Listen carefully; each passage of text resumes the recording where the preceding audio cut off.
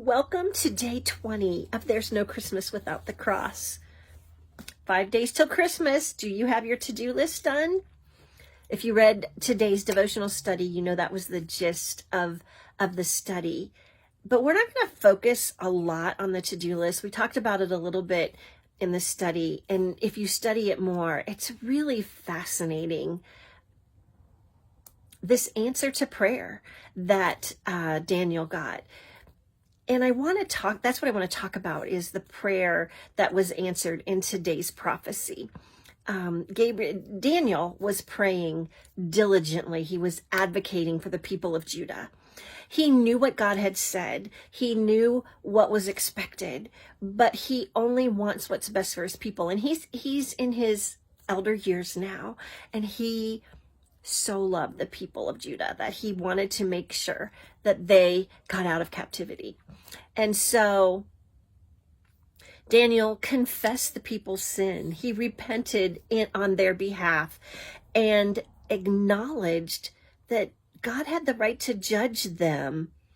And he begged God for mercy on his people. Here's the really cool part. While he was praying, Gabriel came and told him exactly what was going to happen and when. And you saw in the study how that was given. And I think sometimes we get into this, well, we have to wait on God. We have to be in the waiting room. And many, many times, probably most of the times, that's the way it is. But not always. In this case, Gabriel brought him the answer to what he was praying for in a lot of detail as he was praying for it. I love that. Daniel he loved God so much. And he, throughout his life, you've heard all the stories of Daniel, he was devoted to God. And he wanted God's people to be devoted to God. And that he worked really hard for that. And I love that at this point in his life, when he was begging God to show mercy on his people, Gabriel came and said, oh yeah, it's going to happen. And here's when it's going to happen. I mean, almost exactly. What a beautiful gift for Daniel. What a beautiful gift for us to know. Yeah, we might spend a lot of time in the waiting room. And yeah, we might not always hear the answer to our prayers, but right away. But it can happen. And that's the gift that Daniel shows us in this prophecy. Gabriel gave him the gift of understanding the judgment of Israel was going to end, and here's where it's going to end.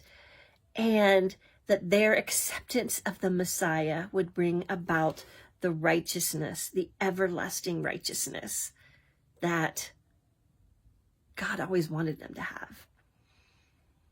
And I read one commentary that said, I thought it was interesting, the verbiage that they used. From the time of Daniel to the establishing of the millennial kingdom, talking about let me start over. This prophecy provides a time frame for the messianic prediction from the time of Daniel to establishing of the millennial kingdom.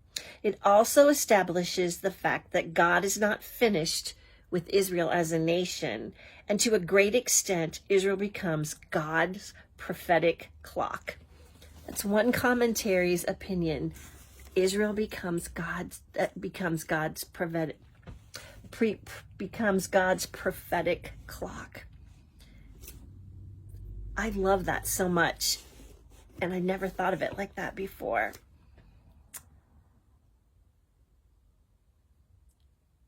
So Daniel has been given the gift of seeing what's going to happen, of knowing what is going to happen.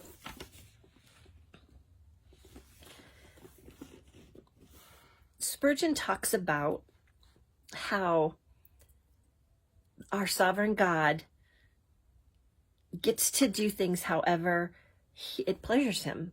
If he wants us to wait, there's usually a lesson in the waiting for us.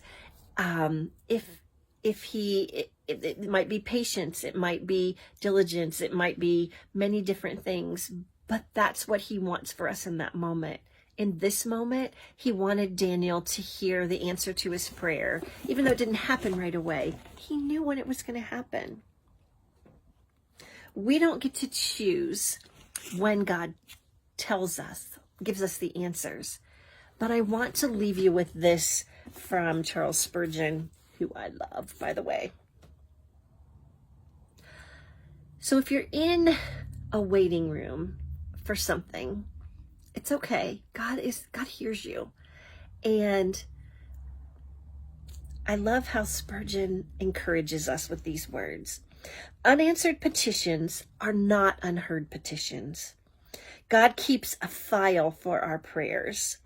They are not blown away by the wind. They are treasured in the King's archives, and he will get the answer to you.